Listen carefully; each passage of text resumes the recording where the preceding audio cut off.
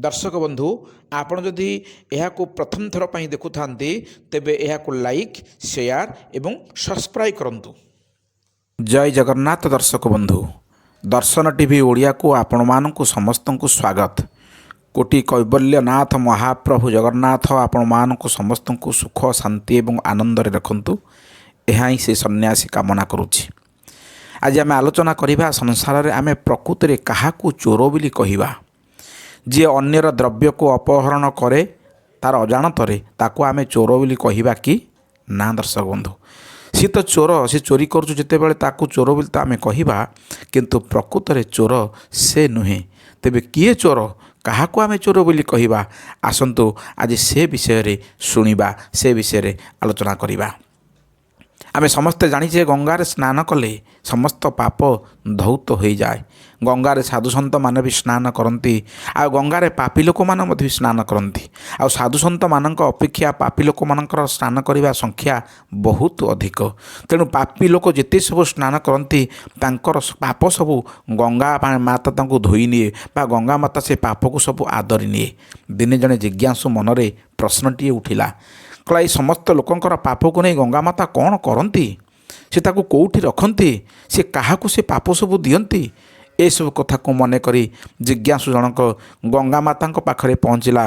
गंगा नदीर तटरे ठिया ही माँ को पचारला, माँ तुम पानी रे साधु सन्त मैंने स्नान करुँच आ पापी लोकटी भी स्नान करुच ना। हाँ ना से पापी लोकर पाप को नहीं तुम्हें कौन कर माँ, तुम ताको सब कोठी रख। गंगा माता हसिले, कहले पुअरे भागवत पढ़ीछु ना। हाँ मु भागवत पढ़े ना। से भागवत गोटे सुंदर कथाटी लिखाई। जगन्नाथ दास भक्त कवि जगन्नाथ दास अति सुंदर भाव में लिखिचंती, देख ए जेते नद नदी प्रवाहे मिलते जलधि।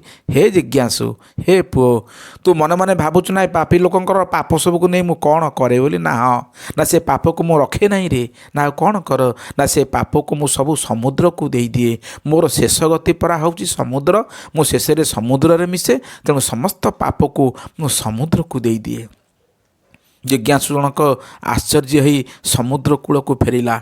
समुद्र तटरे ठिया ही समुद्र को पचारला, हे वरुण देवता हे समुद्र देवता तुम पाखक पाप सब आसी पहुँचे गंगा को माध्यम रे। संसार समस्त लोक बा जो पापी लोक माने गंगार स्नान करती तांकर समस्त पाप गंगा को देई सी तुम पाखरे आसी पहुँचे।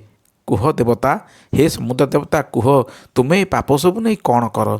वरुण देवता हसिले, कहले पुअरे ए पाप सब कौन मु रखे, मत गंगा माता आनी मो मो बक्षर सब जाक ढाली दियंती पाप सब, मु से पाप को सब रखे ना। मो ना आपण कौन करते से पाप को ना मु समस्त पाप को मेघ को दे दिए। जिज्ञासु आश्चर्य है, मेघ केमिति निए प्रभु।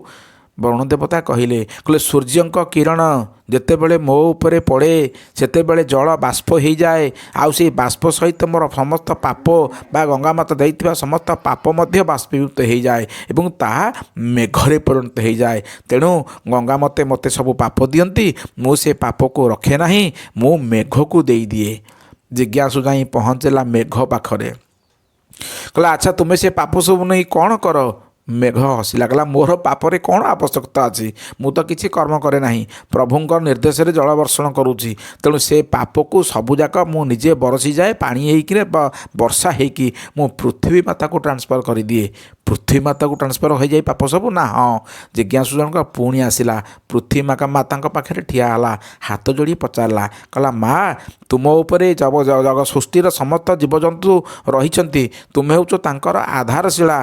तुम्हें पाप मेघ देला तुमको पाप, तुम से पाप को सब नहीं कौन कर। धरित्री माता कहला पुओ से पाप को मु कौन रखे ना नहीं ना। जेते मनीष माने खाद्य खाउछंती, धरंतु भात खाइल आसे कौठू ना धानरू, धान कौठी हुए ना धान गछरे फले, गछ कौठी हुए ना मो बक्षर बा माटी रे हुए, माटी रे बिना पानी रे कौन धान हुए ना नहीं ना। सेई पानी तक मु सब शस्य श्यामला करिवार व्यस्त रही जाए, फल फलैबार व्यस्त रही जाए। जो मनीष ताको खाए पापटा तांका पेट को जाए, पापटा तांका शरीर को जाए, मु केबे हेले पाप रखे नहीं। ପୃଥିବୀ ମାତାଙ୍କ ଠାରୁ ଏକଥା ଶୁଣି ସାରିଲା ପରେ ଜିଜ୍ଞାସୁ ଜଣକ ଆଶ୍ଚର୍ଯ୍ୟଚକିତ ହେଇଗଲା, କାରଣ ସେ ନିଜେ ଜଣେ ମଣିଷ ଥିଲା ନା। କହିଲା, ମା, ଆମେ ସବୁ କ'ଣ ଏଇ ପାପଯୁକ୍ତ ଅନ୍ନକୁ ଆମେ ଖାଉଛୁ, ଯାହା ସଂସାରର ଲୋକମାନେ ସବୁ ଛାଡ଼ିଥିଲେ ଗଙ୍ଗା ନଦୀରେ, ସେଇ ପାପକୁ ସବୁ କ'ଣ ଆମେ ନିତ୍ୟ ଭକ୍ଷଣ କରୁଛୁ? ପୃଥିବୀ ମାତା କହିଲା, ହଁ, ସମସ୍ତ ମଣିଷ ତାହା ଭକ୍ଷଣ କରନ୍ତି, କିନ୍ତୁ ସେମାନଙ୍କ ଭିତରୁ ଅନେକ ସେ ପାପ ସେ ତାଙ୍କ ଶରୀରକୁ ଯାଏ ନାହିଁ। ଜିଜ୍ଞାସୁ ପଚାରିଲା, କେମିତି ମା? ନା କେମିତି ନା ପାପଯୁକ୍ତ ପ୍ରତ୍ୟେକ ଖାଦ୍ୟ ପାପଯୁକ୍ତ, କାରଣ ପାପଯୁକ୍ତ ଜଳରେ ତିଆରି ହେଇଛି। ସେ ପାପ ହେଉଛି ସମସ୍ତ ସଂସାରର ସମସ୍ତ ପାପୀମାନଙ୍କର। କିନ୍ତୁ ଯେତେବେଳେ ସେ ପାପଯୁକ୍ତ ଖାଦ୍ୟ ଈଶ୍ୱରାର୍ପିତ ହେଇଯାଏ, ସେତେବେଳେ ପାପ ତା ଦେହରୁ ଛାଡ଼ିକି ପଳାଏ।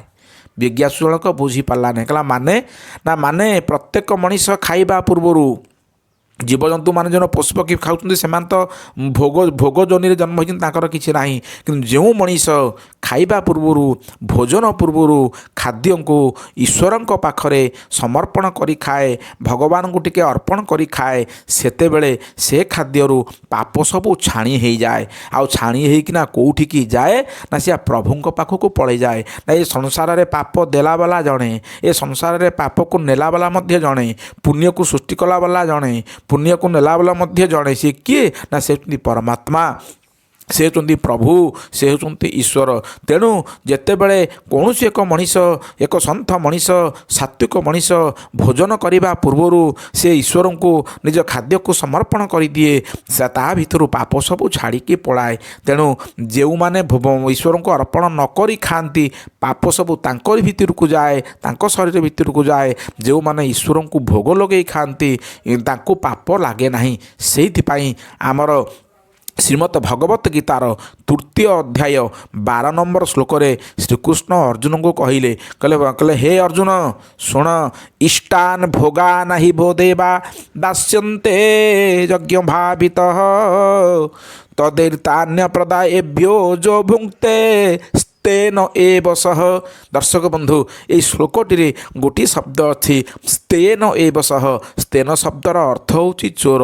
ପ୍ରକୃତର ଚୋର ହେଉଛି ସେଇ, ଆମେ ପ୍ରଥମରୁ ଯେଉଁ କଥା, ଯିଏ ଈଶ୍ୱରଙ୍କ ପାଖରେ ଭୋଗ ନ ଲଗାଇ ଭୋଜନ କରେ, ସେ ହେଉଛି ଚୋର। ଆମ ପାଖକୁ ବା ଆମ ପାଖରେ ଯେତେବେଳେ ଯାହା ଖାଇବାକୁ ମିଳିଲା, ତାହା ପଖାଳ ଭାତ, ଶାଗ ଭଜା ବା ବଡ଼ି ଚୁରା ହେଉ, ବା ତାହା ବିରିୟାନୀ ହେଉ, କି ପଲଉ ହେଉ, କି 9 ତିଅଣ 6 ଭଜା ହେଉ, ଯେତେବେଳେ ଯାହା ଖାଇବାକୁ ମିଳିଲା, ତାହାକୁ ଆମେ ଯଦି ଈଶ୍ୱରଙ୍କ ପାଖରେ ସମର୍ପଣ କରି ଖାଇବା, ତେବେ ତାହା ହିଁ ଠିକ୍ ହେବ। ଆଉ ଯଦି ଆମେ ସମର୍ପଣ ନ କରି ଖାଇବା, ତେବେ ଆମେ ଚୋରରେ ସାବ୍ୟସ୍ତ ହେବା। ଯାହା ଖାଇବାକୁ ମିଳିଲା ତାକୁ ସେ ଖାଇବା ପୂର୍ବରୁ ଟିକେ ପ୍ରାର୍ଥନା ଟିକେ ବୋଲିଦେବା, ହରି ଦାତା ହରି ଭୋକ୍ତା ହରି ଅର୍ଣ୍ଣଂ ପ୍ରଜାପତି ହରି ବିପ୍ର ଶରୀରସ୍ତୁ ଭୁଙ୍କ୍ତେ ଭୋଜ ୟତେ ହରି ହି। ହରି ଦେଉଛନ୍ତି, ହରି ଦାତା, ହରି ଖାଉଛନ୍ତି, ହରି ହିଁ ଭୋକ୍ତା, ହରି ବିପ୍ର ଶରୀରସ୍ତୁ ଭୁଙ୍କ୍ତେ ଭୋଜ ୟତେ ହରି ହି। ଏବଂ ଏ ଅନ୍ନ ମଧ୍ୟ ହେଉଛି ହରି, ତେଣୁ ଅନ୍ନ ହିଁ ବ୍ରହ୍ମ। ତେଣୁ ଏହିଭଳି ଭାବରେ ଯଦି ଆମେ ଈଶ୍ୱରଙ୍କ ପାଖରେ ସମର୍ପଣ କରି ଖାଇବା, ତେବେ ତାହା ହିଁ ଉଚିତ ହେବ। ଆଉ ଯଦି ସମର୍ପଣ ନ କରି ଆମେ ଖାଇବା, ତେବେ ଆମେ ହିଁ ଶ୍ରେଷ୍ଠ ଚୋର ଭାବରେ ପରିଗଣିତ ହେବା।